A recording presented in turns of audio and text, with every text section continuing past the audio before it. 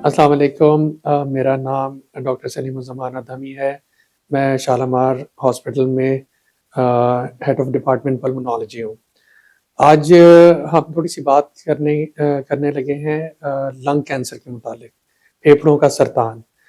फेफड़ों का सरतान दुनिया में आज भी सबसे ज़्यादा पाया जाने वाला कैंसर है और इसकी जो सबसे बड़ी वजह आज तक हमारे सामने आई है वो सिगरेट स्मोकिंग है। इसके अलावा और भी वजूहात हैं, लेकिन जो तकरीबन 80% के करीब सरतान फेफड़ों का है, ये सिगरेट की वजह से होता है और ये टोटली अवॉइडेबल हो सकता है कि आप इससे बच सकते हैं अगर आप सिगरेट स्मोकिंग से बचें। सवाल ये पैदा होता है कि फेफड़े का सरतान अगर किसी को हो तो उसको पता कैसे चलता है? उसकी कुछ अलामात हैं। पेशेंट को खांसी रहना शुरू हो जाती है, उसकी थोड़ी सांस हो सकता है ख़राब हो, सीने में दर्द हो सकता है, खांसी के साथ कभी कभी खून आने की शिकायत हो सकती है, उसका वज़न कम होने लगता है। बाज़ औक़ात उसको कोई अलामत नहीं होती, वो एक्सरे करवाने जाता है किसी और वजह से, तो उसमें उसकी मौजूदगी का एहसास होता है कि यहाँ पे कोई प्रॉब्लम हो रही है। अच्छा, अगर ये अलामात होती हैं तो डॉक्टर उसके फिर कुछ टेस्ट करते हैं, जिसमें पहला टेस्ट तो फेफड़े का एक्सरे, सीने का एक्सरे है। उसमें मज़ीद कोई शुबा होता है तो फिर सीटी स्कैन्स किए जाते हैं और अगर ज़रूरत पड़ती है तो कैमरे के ज़रिए फेफड़ों का मायना, जिसको हम ब्रोंकोस्कोपी कहते हैं, वो करते हैं। वहाँ पे अगर हमें कैंसर की मौजूदगी मिल जाए और हम उसको अप्रोच कर सकें तो उसकी बायोप्सी ली जाती है। बायोप्सी करनी क्यों ज़रूरी है? कि ताकि हमें पता चल सके कि किस किस्म का कैंसर है। फेफड़े का कैंसर की सिर्फ एक किस्म की नहीं है, उसकी कई किस्में मौजूद हैं और अगर हमें ये पता चल जाए कि ये कौन सी किस्म है, उसके हिसाब से उसका इलाज तजवीज़ किया जा सकता है।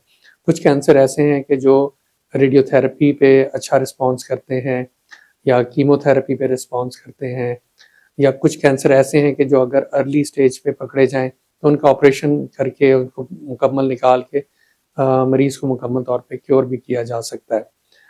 अगर इसका बरवक़्त तशख़ीस ना हो और ये आगे बढ़ गया हो तो फिर ये है कि वो मुकम्मल तौर पे तो ठीक नहीं हो सकता, लेकिन उसका आप थोड़ा बहुत ट्रीटमेंट करके मरीज़ की तकलीफ़ को कम कर सकते हैं, लेकिन शायद ये कि उसकी जान आप ना बचा सकें।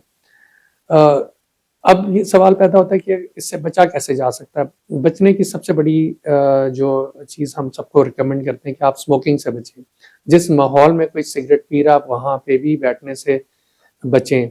कुछ और चीज़ें हैं, मिसाल के तौर पे इंडस्ट्रीज़ हैं जहाँ पे डस्ट्स मुख्तलिफ़ किस्म की हैं, एस्बेस्टस का ज़िक्र आता है, वहाँ पे उन इंडस्ट्री से जहाँ तक हो सके आप बचें। अच्छा, अब अगर आप उस चीज़ से बच नहीं सकते, स्मोकिंग भी लोग कर रहे हैं, तो फिर हम उनको रिकमेंड करते हैं कि आप गाए-बगाए अपना कंप्लीट चेकअप ज़रूर करें।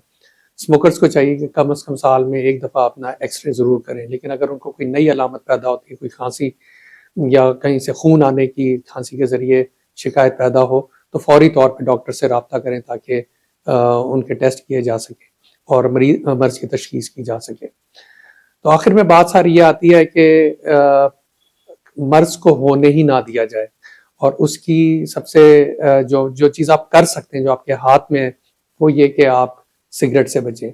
सिगरेट नोशी क्या सिर्फ कैंसर से एक नतीजा कैंसर ही नहीं है, और भी बहुत सारी बीमारियां ये पैदा करती है और भी कई किस्म के कैंसर्स हैं। फेफड़ों के कैंसर के अलावा मिसाल के तौर पे गले का कैंसर, मुंह का कैंसर और इसोफेगस का कैंसर, मसाने का कैंसर।